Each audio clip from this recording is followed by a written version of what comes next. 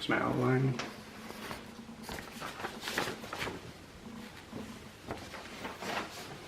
Alright. My name is Dustin Luger, and I am a member of the Cheyenne River Indian Reservation. Today, my purpose of this speech is to talk about the Bureau of Indian Affairs within the United States Department of the Interior.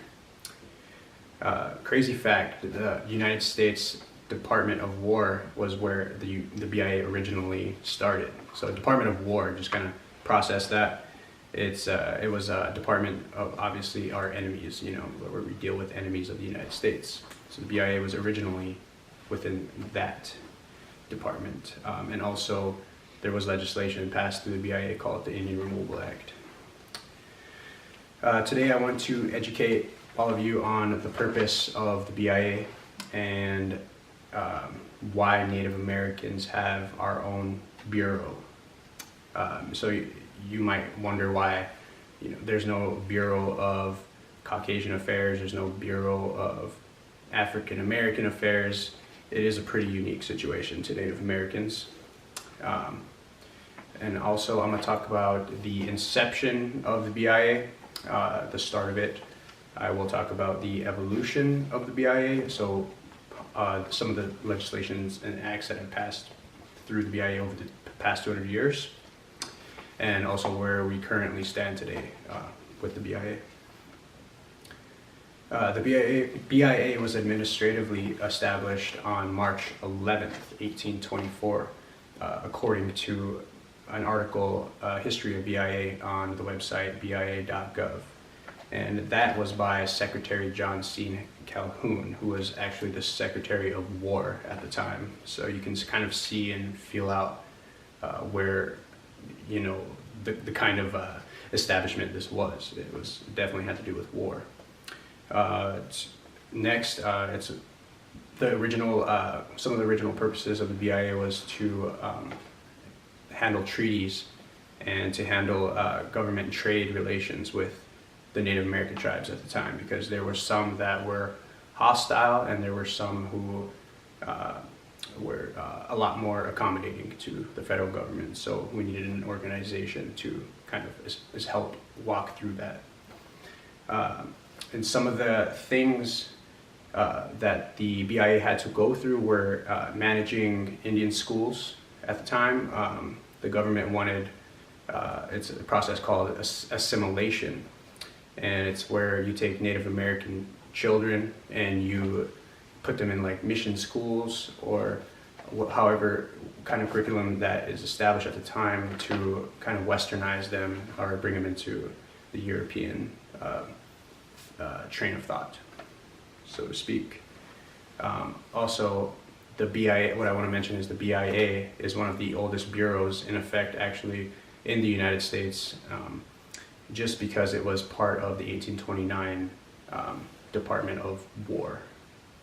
And quick fact, 1849 was actually when it was no longer included in the Department of War and it was included in the Department of the Interior. So there's two huge, widely different definitions of how we viewed the BIA at the time. So there's from an enemy of the United States, Department of War, to the Department of the Interior, which is a federally recognized organization within the United States, so it's definitely different.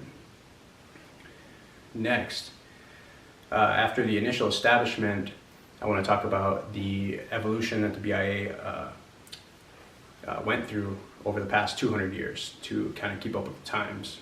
I will go over some acts and some legislation that was passed within the past 200 years to the progressive current today times. Let's see.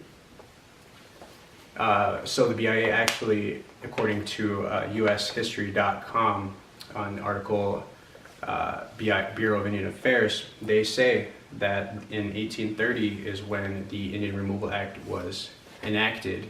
And that is actually the Trail of Tears, if you've ever heard of that in history classes, where the federal government actually pushed most Native Americans west of the Mississippi River, which was basically genocide.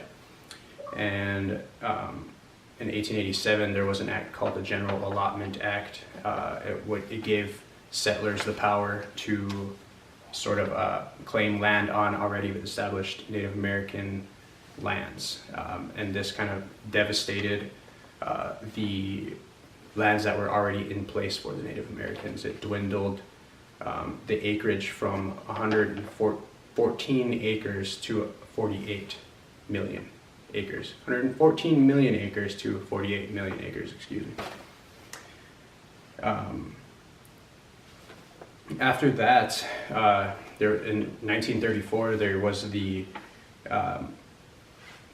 Modern Tribal Government Reorganization Act. John Collier was the first head of the BIA who actually cared about Native Americans, everyone says, through Bureau of Indian Affairs article on the ushistory.com website. And John Collier got the first Native American rights to the tribes for the first time in its organizational history.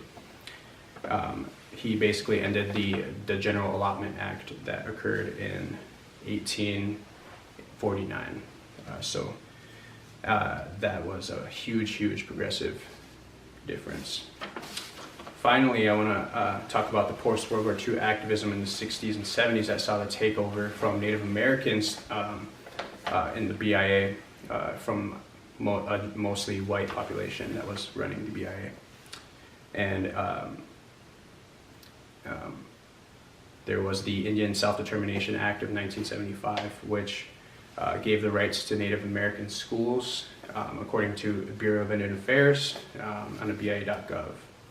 And also the Tribal Self-Governance Act, which was the most progressive act in the entire BIA organization, which was only in 1994, which gave all tribes the power to run themselves and govern themselves with their own laws and implementation.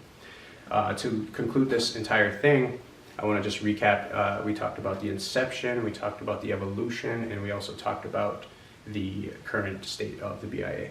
I just wanted to make sure everyone knew the uniqueness and importance of this BIA organization, and it definitely beats the Department of War and the Indian Removal Act. Thank you.